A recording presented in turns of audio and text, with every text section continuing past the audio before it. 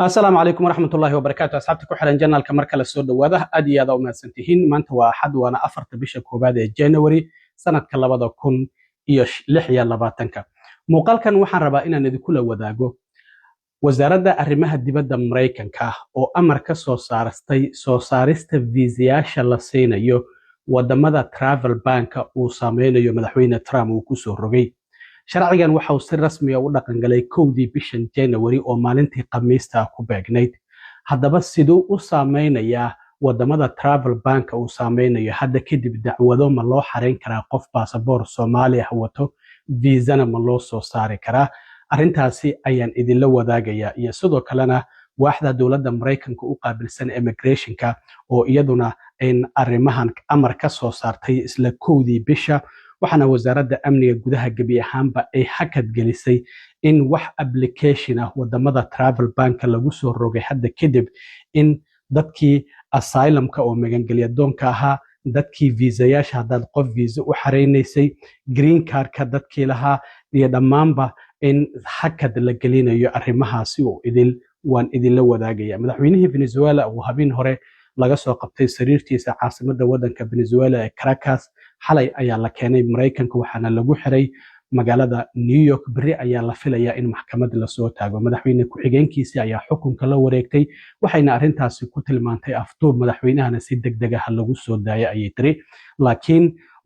xogwasiirka amniga gudaha Mareykanka ayaa iyaduna digniin u dirto waxay tiri waxa aan ku farayna waa inaad yeeshaa haddii kalena waa inaad meesha ka wareegtaa wixii ku dhacay Maduro ayaa kugu dhici kara maxay tahay shidaalka loo kala cararayo ee waddanka Venezuela ku jira shidaalka ugu badan oo ku jira ayaan idinla wadaagaya sidoo kale balse marka hore soo dhawaada waxaan ogeyn in maamulka madaxweyne Trump ay travel ban markii hore 19 wadan oo Soomaaliya ay ku jirta ay ku soo rogeen markii dambana 20 wadan dib looga daray oo 39 wadan ay noqdeen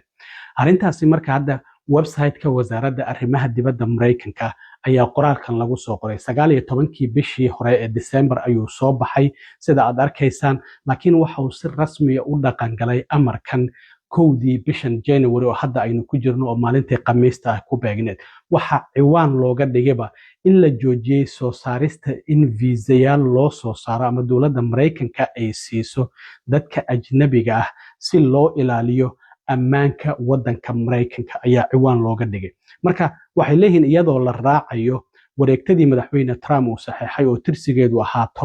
10998 oo lagu xadidayay dadka soo galaya ajnabiga ah ee Mareykanka soo galaya si loo ilaaliyo ammaanka Mareykanka taasi waxay si rasmi ah u dhaqan gashay 1 bishan January oo Khamiistii ku beegnayd sanadkan 2026 12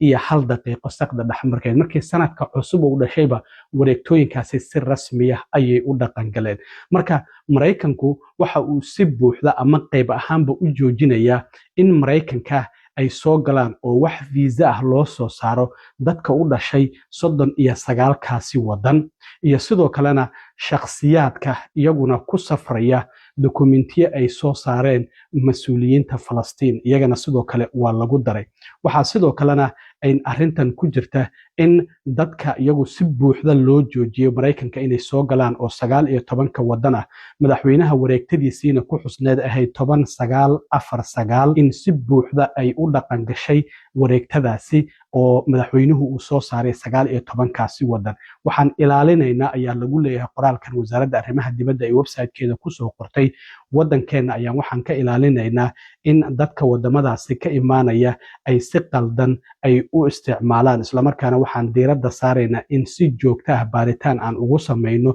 shakhsiyaadka loo ogolaado in viiso ay Mareykanka ku yimaadaan kadibna khatar gelinaya ammaanka qaranka iyo waliba ammaanka dadweynaha Mareykanka laga bilaabo marka 1 bishan January ee sanadka 2026 saacadu markay ahayd 12 iyo 1 daqiiqo saqda dhexe oo sanadka cusub uu dhashay iyadoo la tixraacayo wareegtadii madaxweynaha oo ahayd 10998 waxaa la xadiday in Mareykanka ay soo galaan dadka ajnabiga ah si loo ilaaliyo ammaanka waddanka Mareykanka waxaana wasaaradda arrimaha dibadda ay si buuxda u joojisay in wax viisa ah loo soo saaro dadka u dhashay 19 kaasi wadan marka sidaad arkaysaan qofkii Soomaaliya oo baasaboor Soomaaliya loogu dacwoonayay oo ka hor sanadka cusub intii uu san dhalan fiisihiisa helay micnaheedu waxay tahay Mareykanka waa uu imaan karaa, laakiin wixii ka dambeeyey 1 bishan January qof baasaboor Soomaaliya wato visa lama siinayo oo gabi ahaanba waa la joojiyey. ama odagaada ha ku dacwoodo ama xaaskaada ha ku dacwooto ama waalidka ha ku dacwoodaan, gabi ahaanba waa la joojiyey. marka 19kaasi wadan sida aan horey idinku sheegaba waa Afghanistan, Burma, Burkina Faso, Chad, Republic of Congo, Equatorial Guinea, Eritrea, Haiti, Iran, Laos, Libya, Mali, Niger, Sierra Leone, Somalia, South Sudan, Syria iyo Yemen. waxaa sidoo kale in laga reebo sidoo kale ku jirta dadka iyaguna Falastiiniyiinta dukumentiyadooda ku safraya. marka waxaa laga reebaya oo exception ka ah oo loo ogolaanaya Mareykanka inay soo galaan dadka oo diblomatika ah oo viisayaal diblomaatiga ama sidoo kale kuwa kale oo rasmi ah oo dowladda Mareykanka ay u ogolaatay ku safraya. sidoo kalena dadka iyaguna immigrant visa haysta oo isir ahaan ama diin ahaan wadankooda uga soo cararaya sida Iran oo kale, oo wadankaas Iran oo kaliya ayaa taasi loo ogolaaday. dadka dual citizenship haysta oo iyaguna 2 baasaboor haysta, marka baasaboor Kenyan ama Ethiopian haddii aad haysato micnaheedu waxay tahay waa lagu dacwoon karaa, laakiin baasaboorka Soomaaliga ayaa la diidaya. sidoo kalena ayagu kuma jiraan dadkaasi. qofkii dual citizenship oo baasaboorkaasi kale nationality kale ah isagu suspensionkaasi kuma jiro oo banaanka ayuu ka yahay. dadka sidoo kale special immigrant visa oo dadka dowladda Mareykanka la shaqeeyay sidii ku Afghanistan iyo laga soo qaaday iyaguna kuma jiraan. dadka iyaguna ciyaaraha koobka adduunka iyo Olimbikada Mareykanka lagu qaban doono sanadka soo socda iyaguna ka qayb galaya kuma jiraan. dadka green card-ka haysta oo lawful permanent residence-kana iyaguna kuma jiraan, oo dadkaas way safri karaan oo waa ay soo laaban karaan. walow hadda aanan kula talinahayn qof green card haysta in wadanka Soomaaliya u safro. wadamadan kale Afrikaanka waa tagi kartaa, laakiin markaad Mareykanka kusoo laabato secondary screening wax la yiraahdo ayaa lagu marin karaa oo mar kale ayaa baaritaan dib lagugu samayn karaa. sidoo kalena waxaa jirta laga soo bilaabo 1 bisha January oo khamiistii ku beegnay sanadka 2026 saqdi dhexe. sidoo kalena waxaa jirtay in wadamadan kale oo iyaguna la xadiday in Mareykanka ay soo gali karaan, kuwaasi si buuxda ayaa looga mamnuucay. kuwana sidoo kalena waa la xadidaya dadka viisayaasha la siin karo. wasaaradda arrimaha dibadda sidoo kale waxa ay leedahay wadamadan kale oo iyaguna 19 oo ay kamid yihiin Angola, Antigua and Barbuda, Benin, Burundi, Cote d'Ivoire oo Ivory Coast ah, Cuba, Dominica, Gabon iyo sidoo kalena Gambia, Malawi, Mauritania, Nigeria, Senegal, Tanzania, Togo iyo sidoo kalena Tonga, Venezuela, Zambia iyo waliba Zimbabwe. iyagana waxaa laga mamnuucaya dadka non immigrant-ga B1 iyo B2 oo viisayaasha booqashada ah iyo sidoo kale viisayaasha F iyo M iyo J oo students-ka ah, dadku wadamadu ay isweydaarsadaan ardayda wadamadaasi kala aadaya. iyo sidoo kalena visitor visa-haasi in gabi ahaanba laga mamnuucayo, marka iyagana laga reebo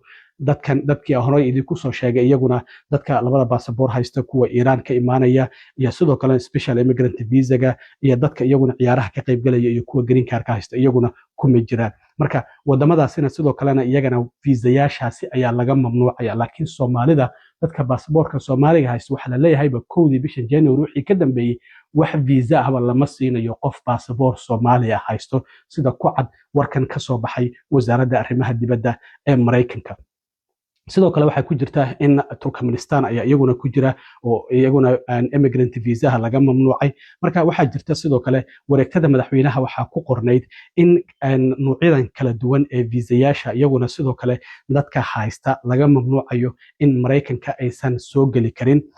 wareegtadan waxaa ku jira sidoo kale immediate family immigrant visa, waa dadkaadii adiga ku dhawaa oo qoyskaada aad u dacwoonaysa sidoo kale waa ay ku jiraan. IR ayaa kamid ah, CR1 ayaa kamida, IR2 ayaa kamida, CR2 ayaa kamida, IR5 ayaa kamida oo adoption visas-ka la yiraahdo ilmahan aniga ayaa soo korsaday haddii aad leedahay. IR3 ayaa kamida, IR4 ayaa kamida, IH3 ayaa kamida, IH4 ayaa kamida iyo sidoo kalena Afghan special immigrant visa dadka iyaguna ku imaanaya. 3 wasaaradood ayaa waxay iska kaashanayaan dadka viisayaasha loo ogolaan karo, oo wasaaradda arrimaha dibadda, wasaaradda cadaaladda iyo wasaaradda amniga gudaha. 3daasi wasaaradood waxa ay leeyihiin shakhsiyaadka iyagu danta ay Mareykanka ugu jirto case by case ayaa loo fiirinaya. macnaha qofkii dowladda Mareykanku ay u aragto in dan ay iyada ugu jirto oo ay ka faa'iideysan karto viisaha waa loo ogolaanaya ayaa la leeyahay. marka 3daasi wasaaradood ayaa arrintaasi iska kaashanaya. waxay leeyihiin wareegtadan madaxweynaha oo tirsigeedu yahay 10998 waxa ay qabanaysaa dadka ajnabiga ah oo iyagu hadda ku sugan bannaanka waddanka Maraykanka oo aan joogin laga soo bilaabo taariikhdaasi, kuwaasi oo aan haysan visa sax ah laga soo bilaabay 1 January ee sanadkan 2026 hal daqiiqo saqda dhexe wixii ka horreeyay dadka aan haysan visa sax ah oo dowladda Maraykanka ay siisay waddanka bannaankiisana joogo ayaa wareegtadan ay qabanaysaa. Marka haddii visa lagu siiyey oo aad weli aadan soo safrin laakiin viisahaada uu sax yahay weli waa soo safri kartaa. Micnaheedu waxay tahay dad fara badan ayaa jira viisaha 6 bilood ayaa inta badan qofka la siiya. Marka viiso ayaa lagu siiyey sanadka cusub ee hadda 2026 inta uusan dhalan welina Maraykanka ma aadan u soo safrin. Micnaheedu waxay tahay marka Maraykanka waad u soo safri kartaa haddii viisahaada sax uu yahay oo dowladda Maraykanka ay ku siisay. Marka waxay leeyihiin dadka ajnabiga ah oo xitaa haddii ay joogaan waddanka Maraykanka bannaankiisa isla markaana haysta fiisa sax ah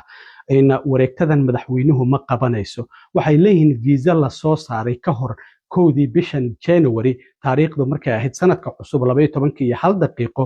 viisahooda ma lagala laabanayo iyadoo wareegtadan la tixraacayo. sidaan idin sheegay marka haddii viisahada horey lagu siiyey Maraykanka waad imaan kartaa welina aadan u soo safrin oo ka hor bisha January lagu siiyey. sidoo kale waxay leeyihiin dadka viisayaasha codsaday oo iyagu wareegtadan aysan qabanaynin dadka wadamadaasi aanan ka imaanin waaye iyagu weli visa applicationskooda waa ay soo dirsan karaan isla markaana interview waa ay ballansan karaan. laakiin waxaa laga yaabaa in loo diido in viiso loo soo saaro ama loo ogolaado inay Maraykanka imaadaan. marka waxay leeyihiin weli dadka wadamadaas 39 aan ka mid ka ahayn viisa waa ay soo dalban karaan interviewna sidoo kale waa ay ballansan karaan. laakiin waxaa laga yaabaa inaan viisahana la siinin isla markaana aan loo ogolaanin inay Maraykanka imaadaan. marka sidaas ayaa sidoo kale wasaaradda arrimaha dibadda website-keeda qoraalka ku qoran uu yahay. waxaa jirta sidoo kale wasaaradda amniga gudaha in ay tiri ilaa iyo 20 wadan iyaguna sidoo kale oo wareegtadaasi ay saameynayso laga bilaabo 1 bishan January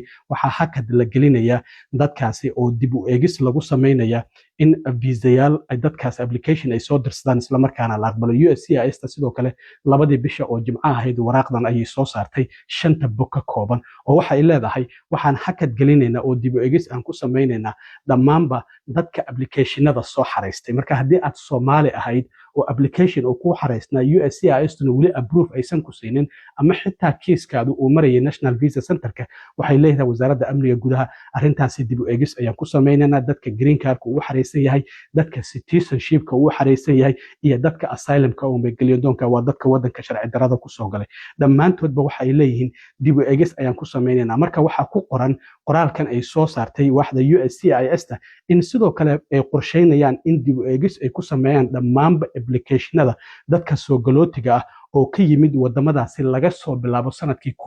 2021 ilaa iyo xitaa haddii kiiskaada weli uu bandin yahay isla markaana aan weli fiisa la siinin dadka aad u dacwoonaysay oo xitaa 2021 aad xareysay arrintaasi dib u eegis ayaa lagu sameyn doonaa. dadkaasi markii hore travel bank 19 wadan lagu bilaabay haddana 39 wadan la kaarsiiyey. ugu dambeyntii madaxweynihii Venezuela oo habeen hore laga soo qabtay caasimadda waddanka Venezuela ee Caracas xalay ayaa la keenay Maraykanka waxaana lagu xiray xabsiga ku yaala magaalada Brooklyn oo ku yaala Metropolitan Detention Center. waxaa la filayaa berri in la soo taago maxkamad waxaana madaxweyne ku-xigeenkiisii oo la yiraahdo Delcy Rodriguez ay leedahay howlgalka Maraykanku ay ka sameeyeen waddanka Venezuela waxa uu ahaa afduub sharci darro ah oo madaxweynahaasi lagu afduubtay degdegna waa in lagu soo daaya. sidoo kale waxay ku baaqaysaa dadka reer Venezuela in wadooyinka isugu soo baxaan ay mudaharaadaan laakiin waaba isku soo baxeen oo waxay mudaharaadayeen in xukunkii Maduro meesha laga tuuray. xitaa dadka Venezuela ku dhaqan iyo wadamo kala duwan oo caalamka mudaharaad ayay sameynayeen. laakiin wasiirka amniga gudaha ee Maraykanka Christine Noem ayaa iyaduna digniin u dirtay madaxweyne ku-xigeenkaasi Trump waa kii shalay yiri inaga ayaa waddankaasi maamulayno. marka waxay leedahay waa in amradeena aad raacdaa. Trump xitaa shalay shirka jaraa'id waxa uu ka sheegay in wasiirkiisa arrimaha dibadda iyo madaxweyne ku-xigeenku ay qadka telefoonka ay ku wada hadleen. marka waxa anagu aan ku yeerina qaado haddii kale wixii ku dhacay Maduro ayaa kugu dhacayo ayaa la leeyahay. laakiin sababta horta Venezuela loogu kala cararayo maxay tahay? Venezuela waxaa ku jira shidaalka ugu badan ee ciriinka oo kayd ah waxaana ku jira ilaa iyo 3.3 bilyan oo fuusto oo shidaal ciriina. Sacuudi Carabiya ayay ka badan tahay, Iiraan ayay ka badan tahay, Canada ayay ka badan tahay, Ciraaq ayay ka badan tahay. trumpna waa kii shalay yiri shirkadaha maraykanka ee shidaalku waa inay tagaan venezuela oo dib u dayactir ay ku sameeyaan goobaha shidaalka oo iyagu muddooyin aan dayactir lagu sameynin marka sababta loo kala cararayo oo loogu kala cararayo waddanka venezuela waa shidaalkaasi darteed venezuela waxaa hadda ay soo saartaa waxa la leeyahay 1 milyan oo fuusto maalintii sacuudi carabiya ayaa iyagu waxay soo saaraan 11 milyan halka maraykanku 22 milyan ay soo saaraan marka shidaal fara badan waa uu ka buuxaa laakiin waxaan jirin qaabkii loo soo saari lahaa maadaama waddankaasi cunaqabatayn in muddaha ay saaran marka waa sababtaasi shidaalkaasi faraha badan oo 3.3 bilyan oo fuusto oo shidaal ciiriina oo ceelashaasi dhex fadhiyo oo maraykanku uu doonaya inuu ka faa'iideysto isla markaana uu soo saarto wasiirka cadaaladda Pam Bonden waxay tiri madaxweynaha waddanka Venezuela waxaa si buuxda cadaaladda ugu mari doonaa cadaaladda Mareykanka ayuu mari doonaa ciidda Mareykanka ayuu ku mari doonaa maxkamadaha Mareykanka ayuuna ku mari doonaa xalay waxaa la arkaya laba farood isagoo taagaya markii diyaaradda laga soo dejiyey isla markaana xabsiga la geeyay isla markiina madax ayaa laga xiray ninkaasi habeen hore waxa uu seexday isagoo madaxweynaha haddana waa maxbuus oo xabsi ayuu ku jiraa marka waxaa la yiri adduunyadu waa harka labadiisa gelin aad iyo aad u mahadsantiin asxaabta intaan mar kale kulmi doono waa saaxiibkiin cilmi waro idin la sida iyo nabadgelyo